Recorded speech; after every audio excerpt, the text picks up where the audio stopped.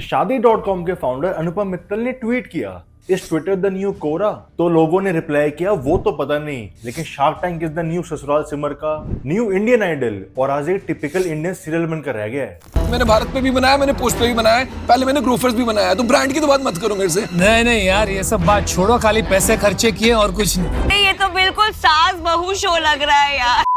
लेकिन जजेस के बीच में प्यार और भाईचारा भी पूरा है। रिको स्टूडियोज नाम का ब्रांड अपनी पिच लेकर आया था। ये एक मेकअप ब्रांड था, प्रॉफिटेबल थे, मार्केटिंग में A1 थे, अपनी टारगेट ऑडियंस को 3 से 4 घंटे की फ्री मेकअप क्लासेस देते थे, जिसमें साथ में फ्री लंच भी मिलता था। और ये सब सुनकर सारे स्टार स्टंट भी रह गए थे। लेकिन शार्क्स का उसमें इन्वेस्ट ना करने का क्या कारण था? मैं अपने फ्रेंड्स के कंपेटिटर में कभी इन्वेस्ट नहीं करती हूँ। कभी भी अपने अच्छे दोस्त, जैसे नमिता ने बोला, कंपटीशन में नहीं करूंगा, चाहे वो पैसा बनाए ना बनाए, बट दोस्ती बहुत जरूरी है। तो फॉर दैट रीजन मैं भी आउट। और फिर विनीता, नमिता और अमन को फ्लाइंग किस देती मिली।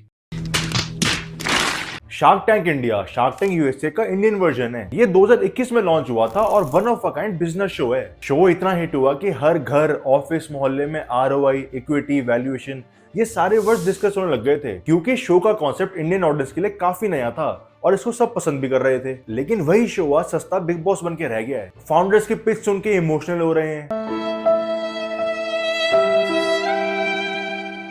जो फाउंडर्स पिच देने आते हैं, उनके बिजनेस में इन्वेस्ट तो करेंगे नहीं और उल्टा उनको बिजनेस बंद करने के लिए डिमोटिवेट जरूर कर देंगे। बॉस, ये सब दोगलापन है।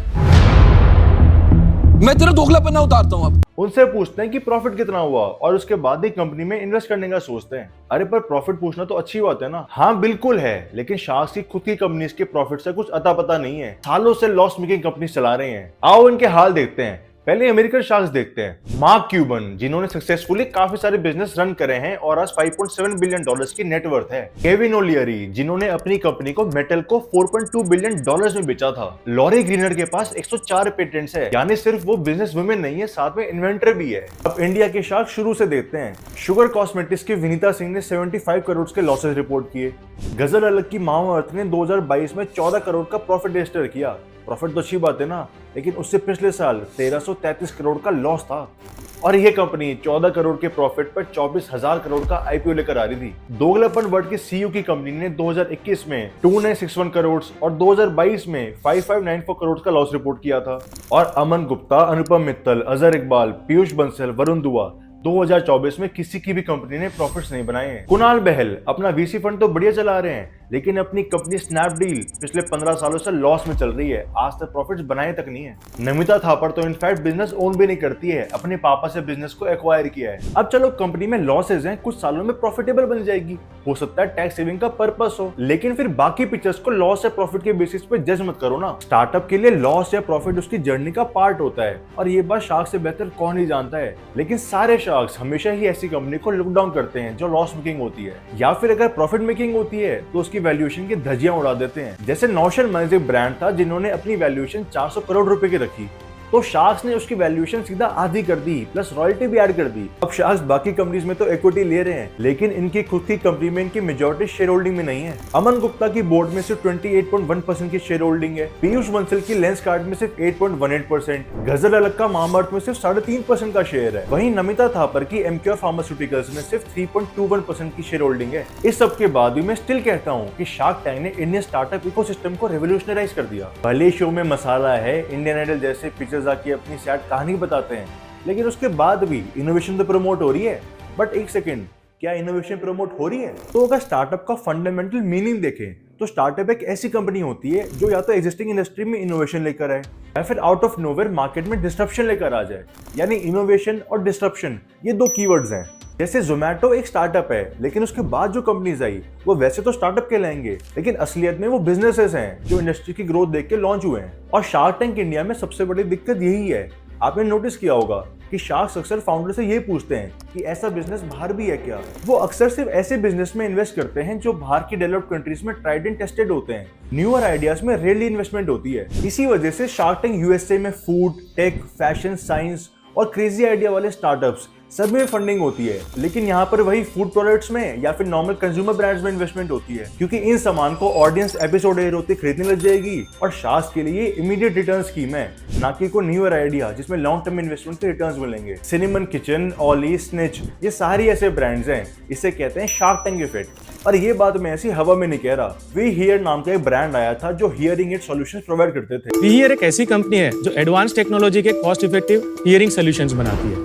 इनोवेटिव थे, अच्छा बिजनेस था और साथ में पेटेंट भी ले रखा था, लेकिन पीयूष के अलावा किसी और शार्क ने इसमें इंटरेस्ट नहीं दिखाया। और इसी से एक डाउट आ जाता है कि जो स्टार्टअप्स सही में अच्छे हैं, अच्छी टेक्नोलॉजी का यूज कर रहे हैं, कई बार शार्क्स को उन्हें समझने की एक्सपर्टीज ही नहीं होती है। ये एक ऐसी इंडस्ट्री है जहां मेरा एक्सपर्टीज नहीं है, या फिर उसमें इमीडिएट रिटर्न्स नहीं होते तो शार्क्स उनमें इन्वेस्ट ही नहीं करते हैं। अब जैसा स्टार्टिंग में रिकॉर्ड स्टूडियोज की बात की थी जो विनीता के कॉम्पिटिटर थे, या फिर नेशनमाइल्स जिसकी वैल्यूएशन को शार्क्स ने काफी ज्यादा नेगोशिएट किया था। इन ब्रांड्स के साथ तो इन्होंने ऐसा किया, लेकिन फिर खुद विनीता अपनी ब्रांड शुगर की पिच लेकर आती हैं। पहले तो विनीता की मार्केटिंग करने के लिए स्लो म्यूजिक पे विनीता की स्ट्रॉन्ग इंडिपेंडेंट वुमेन की मार्केटिंग करते हैं। उसके बाद विनीता 50 करोड़ की वैल्यूएशन मांगती है। आज हम मांगने आए हैं 1 करोड़ रुपए for 2% equity in the business. Piyush Bansal जब सेल्स के बारे में पूछते हैं तो पता नहीं क्यों विनीता 2017 की सेल्स कोट कर रही थी। प्रॉफिट्स खास बना नहीं रहे और 8 साल पहले का डेटा कोट कर रहे हैं। उसके बाद भी सभी शार्क्स ने मिलके इनकी वैल्यूएशन 50 करोड़ से बढ़ा के 100 करोड़ कर दी। हम आपको 5 करोड़ दे देते हैं for 5%। Done. For sharks. Profitable startups की वैल्यूएशन तोड़ते हो और जो लॉस कर रहे हैं 8 साल पहले का डेटा कोट कर रहे हैं उनकी वैल्यूएशन डबल कर देते हो। कुल मिला के आप इंडिया के स्टार्टअप कल्चर का मजाक उड़ा रहे हो।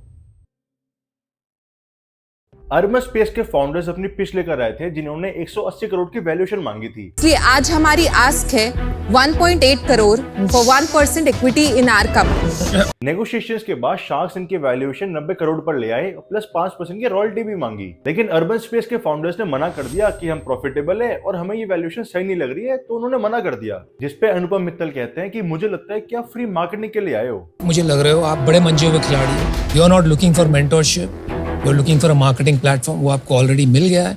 आई wish you the best. I am out. कितनी फनी बात है कि ये पिक्चर्स को ब्लेम कर रहे हैं लेकिन खुद फ्री मार्केटिंग के लिए कहीं भी पहुंच जाते हैं। जो ये अपने ब्रांड्स की मार्केटिंग करते हैं उसकी तो मैं बात भी नहीं कर रहा हूँ। शार्क टैंक से पहले किसी भी फाउंडर की कोई खास फेस वैल्यू नहीं थी। अमन गुप्ता, पीयूष बंसल, अनुपम मित्तल या कोई भी और 99% इंडियंस ये नहीं जानते थे कि बोट, लेंसकार्ट या शादी.com के फाउंडर्स ये सब हैं। लेकिन शो के बाद से जैसे इन कंपनीज का नाम सुनते हो इनका चेहरा दिमाग में ऑटोमेटिकली आ जाता है। अश्नीर का दोगलापन वर्ड फेमस क्या हुआ? ये सब दोगलापन है।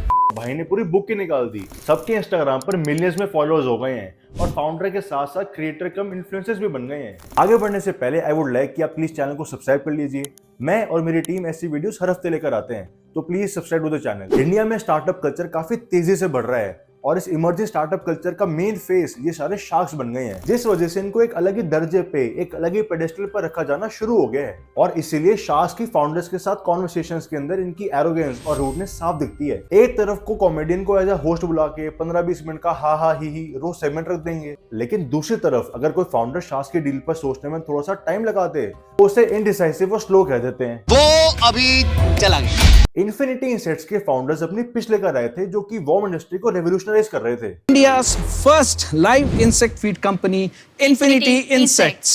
इनफैक्ट मेजॉरिटी शार्क्स ने उनके स्टार्टअप को अप्रिशिएट भी किया था, लेकिन पूरे पिच के टाइम अनुपम और अमन कॉन्स्टेंटली हंस रहे थे। इनको बल्कि नमिता ने काउंटर भी किया था।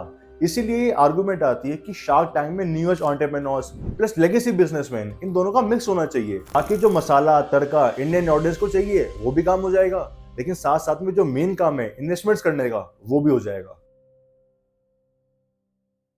प्राइवेट सर्कल की रिपोर्ट के अकॉर्डिंग शार्क टैंक सीजन 1 में 65 फाउंडर्स की डील्स क्लोज हुई थी, लेकिन सिर्फ 26 फाउंडर्स को रियलिटी में फंडिंग मिली है, यानी सिर्फ 40% डील क्लोजिंग रेट था। अनुपम मित्तल तो क्लेम करते हैं कि 70% क्लोजिंग रेट थी, लेकिन उनकी खुद की क्लोजिंग रेट सिर्फ 29% थी। इस पर मुझे मेरे फेलो क्रिएटर अनमोल शर्मा का एक थ्रेड मिला जिसमें अनमोल ने ये बताया कि कैसे जान करके शार्क्स फंडिंग को डिले करते हैं। तो जून और जुलाई में रजिस्ट्रेशन होती हैं, अगस्त और नवंबर में फिजिकली स्टार्टअप्स पिच करते हैं और दिसंबर जनवरी के बाद एडिटिंग, प्रोडक्शन सब कुछ होके टीवी पे एपिसोड्स आने होते हैं।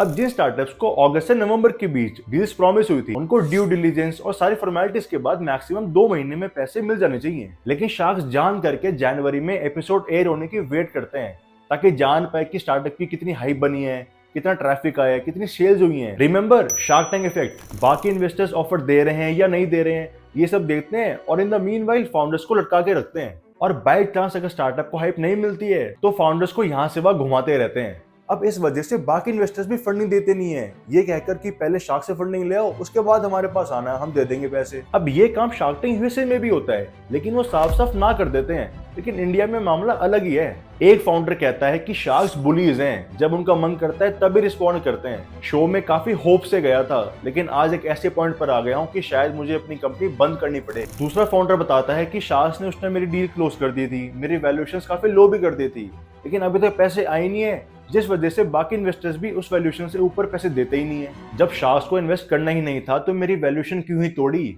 मेरा शो पर आना सबसे बड़ी गलती थी। कबड्डी अड्डा जब अपने पिच देने आया था तो पूरा कबड्डी का मैच खिला के दिखाया गया था। अर्बन मंकी ने पूरी फ्रीस्टाइल परफॉर्मेंस करके दिखाई थी।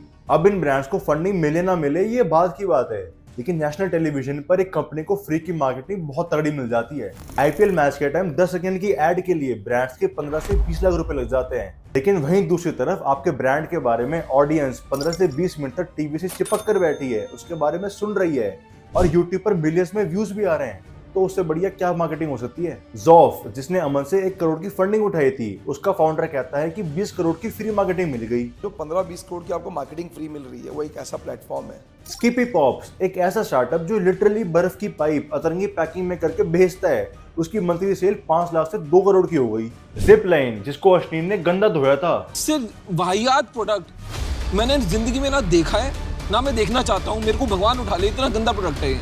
उसको भी लोगों ने काफी खरीदा। यूट्यूबर गौरव तेनेजा अपना ब्रांड बीसलेफ प्रमोट करने के लिए आया था। एक और ब्रांड कोकोफिट आया था जो 5 रुपए के लिए अपनी 5% इक्विटी दे रहा था। अब ये ब्रांड्स मार्केटिंग के लिए नहीं आए हैं तो किस लिए आए हैं? और सिर्फ ब्रांड्स नहीं, शार्क्स को भी सबसे काफी फायदा हुआ है, जिसकी हमने पहले बात की थी। Over the top drama, emotional music, black and white में सैड स्टोरीज, फाउंडर्स को लताड़ना, ये सब एक लिमिट में ठीक होता है। क्यों एक एंटरप्रेन्योरियल एक स्टार्टअप शो को इंडियन स्टाइल बनाना है? इंडिया में startup culture all time high पर है, जहां पिछले 10 सालों में स्टार्टअप्स ने कलेक्टिवली $150 बिलियन रेज किए हैं और इस कल्चर का एक बहुत ही अहम हिस्सा शार्क टैंक इंडिया है। इसीलिए न्यू एज स्टार्टअप फाउंडर्स को इस पे लाने के लिए शार्क्स और सोनी टीवी दोनों को ये समझना होगा कि ड्रामा, ये मस्ती मजाक एक लिमिट तक ही ठीक है, असली एम है स्टार्टअप्स को प्रमोट करना। आपके इस पे क्या थॉट्स है मुझे कमेंट्स में जरूर बताना। मैं और मेरी टीम ऐसी इन्फॉर्मेटिव वीडियोस हर हफ्ते लेकर आती हैं, तो प्लीज हमारे चैनल को सब्सक्राइब करते जाना and hit the bell button. मिलते हैं नेक्स्ट वीडियो में।